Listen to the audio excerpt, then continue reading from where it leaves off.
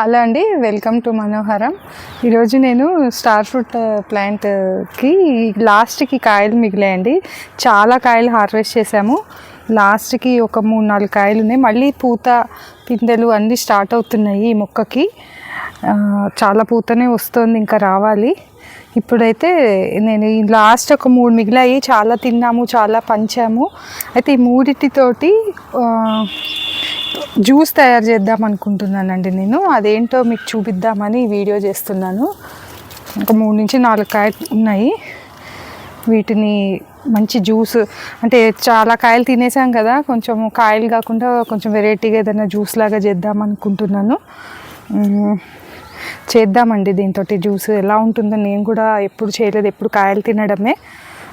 చేసి దాని టేస్ట్ ఎలా ఉందో మీకు చెప్తాను నేను.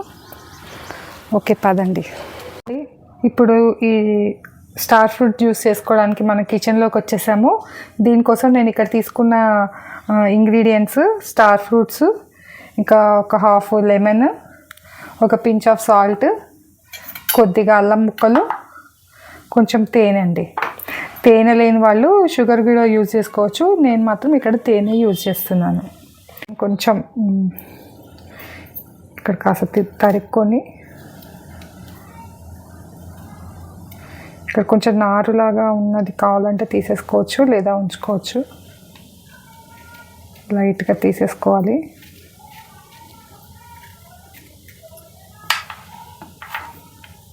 ఇన్ని చిన్న పీసెస్ లాగా తరుక్కోవాలి.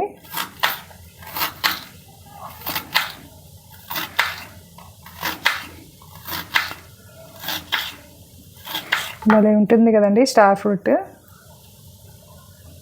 స్టార్ లాగా. సీడ్స్ కూడా తీసేసుకోవాలండి.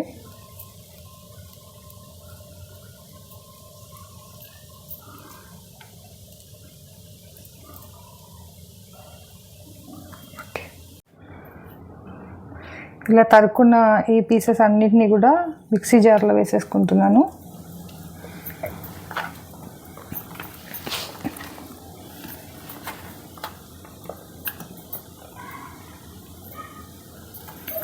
అలాగే చాలా చిన్న ముక్క అల్లం తీసుకున్నానండి, అది కూడా వేసేస్తున్నాను.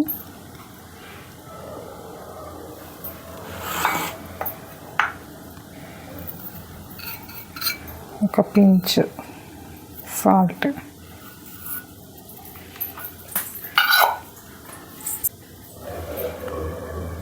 హాఫ్ లెమన్ ఏదైతే ఉందో అదిలో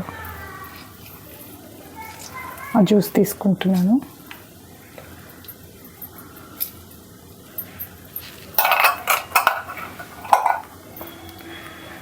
తేనెని ఒక స్పూన్ దాకా వేసుకుంటున్నాను.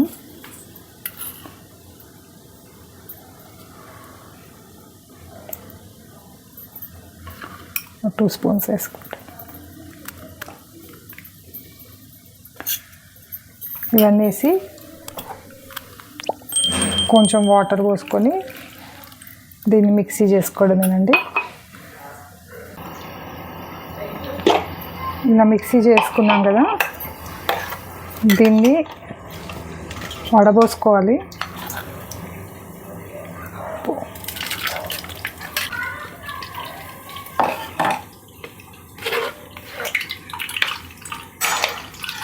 కొన్ని ముక్కలాగా వండుతాను కదా, వాటిని ఇంకొకసారి గ్రైండ్ చేసుకుంటున్నాను.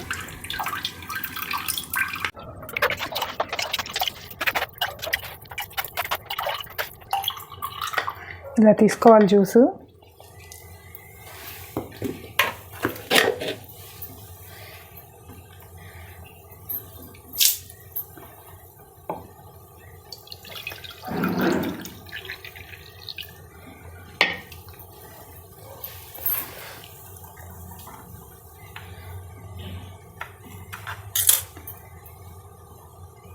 ఇలా డెకరేట్ చేసుకొని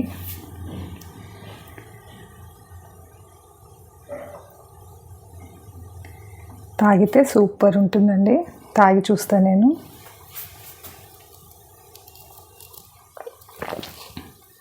చాలా బాగుందండి. మనం స్టార్ ఫ్రూట్స్ తింటుంటాం కదా, దాని టేస్ట్ కన్నా ఇలా జ్యూస్ చేసుకొని తాగితే చాలా టేస్ట్ ఇంకా చాలా బాగుంది అనిపిస్తుందండి నాకు. చాలా బాగుంది టేస్ట్. మీరు కూడా డెఫినెట్గా ట్రై చేయండి, చాలా బాగుందండి.